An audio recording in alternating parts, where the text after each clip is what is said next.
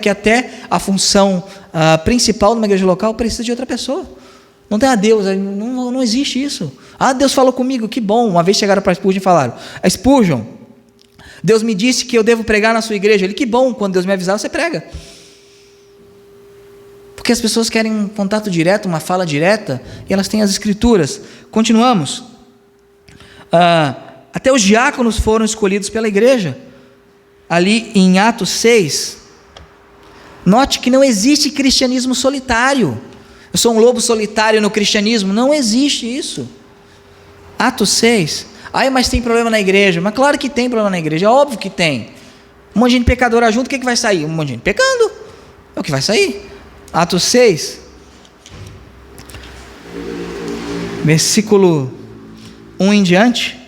E naqueles dias, multiplicando-se o número dos discípulos, surgiu ali uma murmuração dos gregos contra os hebreus. Murmuração. Cesta básica estava dando mais para os hebreus, os gregos ficaram bravos, né? Porque as suas viúvas eram negligenciadas na administração diária. E os 12 convocaram a multidão dos discípulos e disseram: não é razoável que nós deixemos a palavra de Deus e sirvamos à mesa. Aquele pastor é pastor de gabinete. Em vez de ficar dando cesta básica, em vez de ficar fazendo um monte de coisa, ele fica orando, lendo a Bíblia. É o que tem que fazer, né? Por isso, irmãos, escolhei dentre vós 7 homens de bom testemunho, cheios do Espírito Santo e de sabedoria, as quais possamos nomear sobre esse serviço.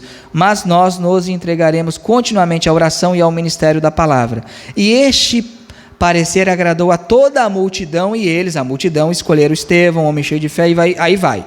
Aí verso 6, e eles colocaram diante dos apóstolos, e estes, os apóstolos, oraram e impuseram suas mãos sobre eles. O que nós temos aqui? Olha, a gente precisa de gente para nos ajudar.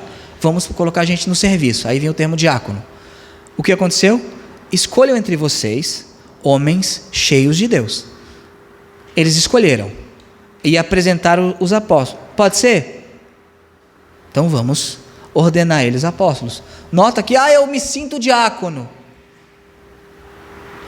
E a igreja? Não, mas a igreja... eu vou sair e vou abrir a minha.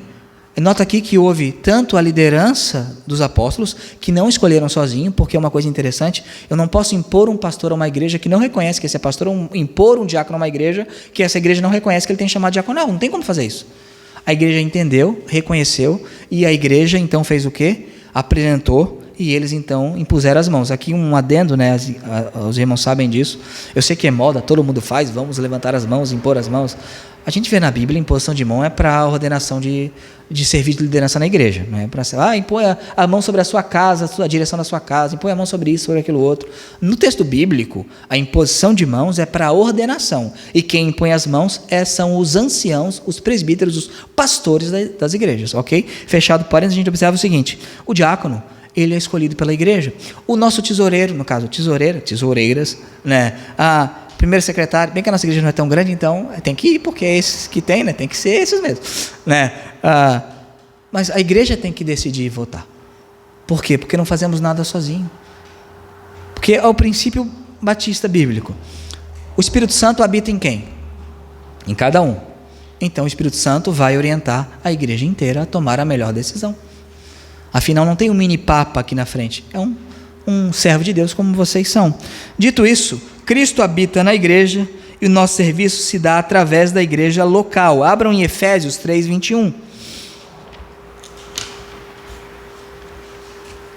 E é impressionante como esse cristianismo clientelista, ele tomou conta das comunidades de fé, das igrejas locais, e como as pessoas acham realmente que não precisam do corpo de Cristo para nada.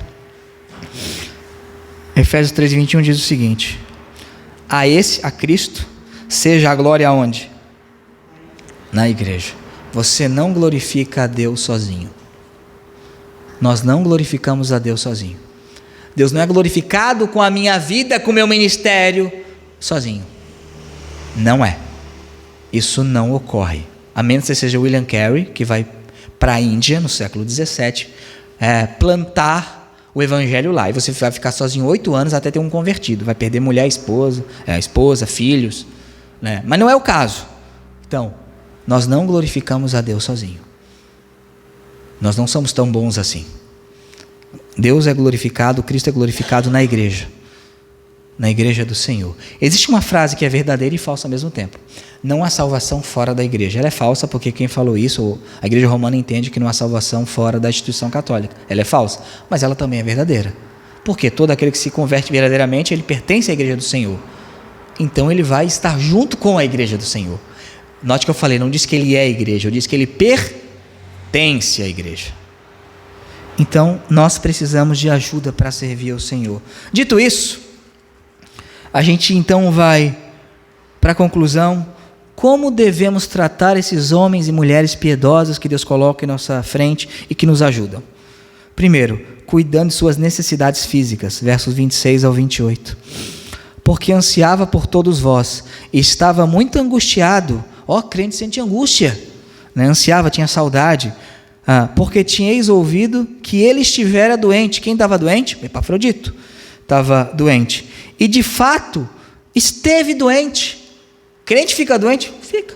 E do lado de Paulo, né? E do lado de Paulo ficou doente. E de fato esteve doente. Mas crente fica muito doente? Fica. E quase à morte. Mas Deus teve misericórdia dele. E não somente dele, mas também de mim, para que eu não tivesse tristeza sobre tristeza. Paulo, vira essa boca para lá, confissão negativa. Paulo falou, se ele morresse, eu só teria tristeza sobre tristeza. Porque já havia tido tristeza na vida de Paulo antes. Correto? Quantos irmãos Paulo perdeu em perseguição? Quantas pessoas? Aí Paulo fala, olha, ele esteve doente. Portanto, enviei-o a vós com mais cuidado, para que, vendo outra vez, vos regozijais. O que Paulo está dizendo aqui? Olha, ele estava doente, quando ele melhorou um pouquinho, enviei para vocês com mais cuidado, para que vocês ficassem felizes. Timóteo, Epafrodito, obrigado pelo teu serviço. Agora volta, querido, você não está muito bom não. A gente tem que ter preocupação com o cuidado com as necessidades físicas daqueles que nos abençoam. Você está bem? Como é que você está? Você está doente? Você está precisando de alguma coisa? E eu louvo a Deus por essa igreja tem um coração dilatado, grande em relação a isso. Deus é bondoso para comigo, mas é assim que tem que ser. Por quê? Porque um te serve, você também serve o outro. E há um cuidado, um coração, afinal, o mesmo corpo. Se o rim esquerdo está com câncer, o rim direito fala, o problema é do rim esquerdo. Não é, você vai morrer também. Você vai morrer também.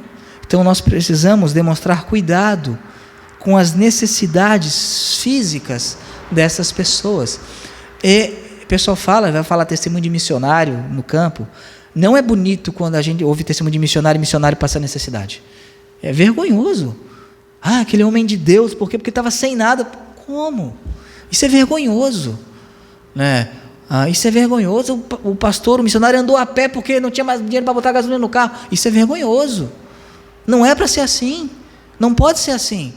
E às vezes as igrejas acham isso bonito. Uma teologia da miséria também, que não é de Deus isso. A teologia da prosperidade não é de Deus, mas a da miséria também não é. A gente tem que cuidar daqueles que servem no Senhor. Aqui não é só pastor, tá? Então a gente tem que se preocupar com todos os irmãos piedosos, os irmãos caridosos, como o Epafrodito, que ele ficou quase à morte. Hoje as pessoas, eu estou com um pouco de dor de cabeça, não vou. O cara quase à morte, e lembra, uma coisa é quase à morte hoje, você tem o SUS, não tinha SUS, não tinha plano de saúde. Uma viagem o quê? 250 quilômetros? Vai viajar 250 quilômetros no primeiro século? Vai fazer isso no primeiro século? Aqui o pessoal mais antigo, eu lembro, o pessoal falava que de Paulópolis a Florianópolis demorava um dia e pouco de carroça, né? Eu lembro quando era pequeno, o Morro dos Cavalos era uma coisa terrível passar, era uma coisa desse tamanhozinho aqui, ia lá para a casa da avó, meu Deus do céu, era uma viagem. Hoje a gente faz em 45 minutos, nem parece, mas já passou o Morro dos Cavalos? Sempre a mesma coisa, né? Também a gente, vício, né? A gente já passou o Morro dos Cavalos? Já passou, olha só. Imagina aquela época, né? Outra coisa, devemos cuidar para que essas pessoas sejam honradas. Verso 29. Recebei-o, pois, no Senhor com toda alegria, e tratai-o com grande estima. Tratai ele com honra, honrar ele. Tenho respeito por ele, porque ele esteve quase à morte, porque ele é vosso enviado, porque ele faz serviço para o reino de Deus. É aquela coisa, eu tenho um coração de servo, mas tendo o coração de servo, eu sei reconhecer os servos do Senhor. Eu sei reconhecer os servos do Senhor, que eles são dignos de honra. E aqui, de novo, não estou falando especificamente de pastores, mas de todo servo e serva do Senhor que é valoroso e valorosa. De todo servo do Senhor que é valoroso e valorosa. Eu lembro a primeira e única vez que eu vi o Dr. Shedd, né, Dr. Russell Shedd, um dos homens mais piedosos que esse país conheceu, e possivelmente, junto com o Isaltino William Carey Taylor, a maior mente batista que a gente já produziu no Brasil, né? Obviamente eu olhei com uma admiração santa aquele homem, né? Se tivesse o último pedaço de bolo e tivesse eu e ele comeria. Obviamente não haveria possibilidade de eu não servi-lo quando eu olhei aquele homem. E é assim que tem que ser. Imagino, as pessoas tiveram o privilégio de tratar o Dr. Billy Graham no final da vida ele com Alzheimer. Falo que crente não fica doente, né? É simplesmente o Billy Graham que está ali. E é emocionante você poder honrar um servo do Senhor. Porque a Bíblia fala que se você der um copo d'água a um servo do Senhor, Deus não esquecerá. Aí Paulo fala, honrem Epafrodito. Porque Paulo sabia, o meu ministério não se fez sozinho. A minha obra no Senhor não se fez sozinha. Eu tive ajuda de gente como Epafrodito. E qual a consequência se a gente tiver a ajuda de pessoas de caráter, pessoas que foram regeneradas, pessoas que colocam a Cristo em primeiro lugar e pessoas reconhecidas pela igreja local? Qual será a consequência? Primeiro, o que falta em nós será suprido pelo outro. Ninguém tem tudo. Todo mundo tem carência em alguma coisa. Todo mundo precisa de alguma coisa. O verso 25 e 30. Contudo, julguei ser necessário mandar-vos Epafrodito, meu irmão e companheiro de trabalho e companheiro de lutas, e vosso mensageiro, que foi enviado pela igreja, para prover as minhas necessidades. Verso 30.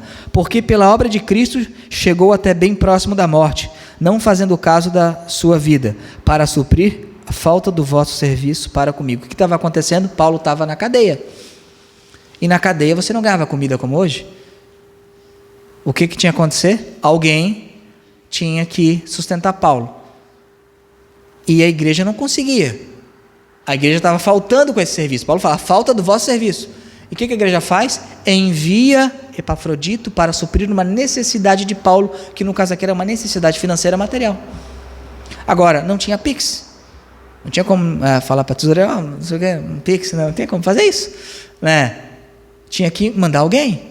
E lembra, não tinha conta bancária também, levar o cartão, um cheque, tinha que ir com o dinheiro aonde? O dinheiro na sacola. O que tinha nas estradas do primeiro século? Alguém sabe?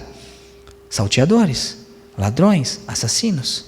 Então não era só ir, a pessoa realmente arriscava a vida para ir. E Paulo fala, olha, graças a Epafrodito, vocês puderam me suprir, vocês puderam me abençoar, vocês puderam me ajudar, vocês fizeram isso. E é assim.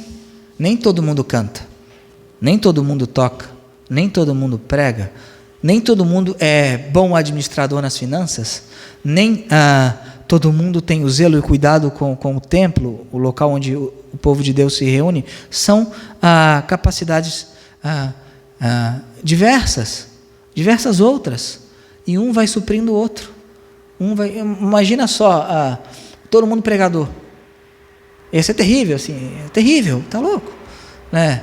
Ou todo mundo só cantasse, cadê a mensagem? Ou todo mundo só cuidasse do templo, tá, vamos, bonitinho, agora quem pregar? Não sei, né? Todo mundo fosse dar contabilidade, legal, a oferta entrou, faz o quê? Não, pois agora alguém tem que decidir, alguém tem que orientar, quem vai pregar, vai ter batismo, o que faz? Um supre a necessidade do outro. Isso acontecendo, vai acontecer outra coisa. Ficaremos encorajados. Verso 19. Mas confio no Senhor Jesus, que em breve vos mandarei Timóteo, para que também eu esteja de bom ânimo, sabendo do vosso estado. Que coisa linda. Paulo estava preocupado com a igreja de Filipos, e ele mandaria Timóteo, para que Timóteo entregasse a carta dos Filipenses à igreja de Filipos, e depois Timóteo retornasse. Acha que é fácil, Timóteo? Depois Timóteo retornasse e falasse o seguinte: eles estão bem, eles receberam bem a sua carta. E Paulo ficaria como? encorajado, de bom ânimo, feliz. Irmãos valorosos nos encorajam. Poxa, aquele irmão, aquela irmã, ela é tão trabalhador no reino, me dá motivo para continuar, para trabalhar. Aquela pessoa é tão cuidadosa com as coisas do reino, eu fico feliz e motivado em continuar. Pessoas que colocam a Cristo em primeiro lugar, pessoas de caráter e pessoas enviadas, reconhecidas pela igreja, nos animam ao trabalho. Nos animam. É igual você ver uma biografia de santos que morreram, de homens e mulheres de Deus na história. Aquilo é animador. Nos envergonha um pouco, poxa, mas também é animador. É animador. Dito isso, amados irmãos, que nós possamos ter um cristianismo que seja realmente inteligente. Você precisa de ajuda para servir Jesus. Tem aquela musiquinha, você precisa de mim, eu preciso de você, nós precisamos de Cristo até o fim, né? Quem é mais novo lembra dessa música, né? E é isso mesmo. Eu preciso de vocês. E vocês precisam de mim. E nós precisamos de Cristo até quando? Até o fim. É isso que Paulo está dizendo. Olha, eu preciso de Timóteo e Epafrodito. Eles me são úteis. Né? E até gente que às vezes não foi útil, um dia torna a ser útil. Tem a passagem clássica, famosa, Barnabé que está lá com Paulo, aí João Marcos vai à missão, depois Marcos, esse Paulo é meio doido, eu vou voltar, volta, aí depois Marcos está mais velho, eu queria voltar, aí Paulo, não, vai não, se vai de jeito nenhum, não é justo aquele que nos abandonou agora ter parte em nosso ministério, Paulo fala isso, né? Aí Paulo e Barnabé têm não pouca contenda, que é a forma de Lucas falar que eles quebraram o pau, né? Não pouca contenda, adoro essa expressão, não pouca contenda, né? Aí anos depois Paulo velho, me traga a capa, me traga os livros, me traz Marcos, que me é muito útil ao ministério. Anos depois, me traz Marcos.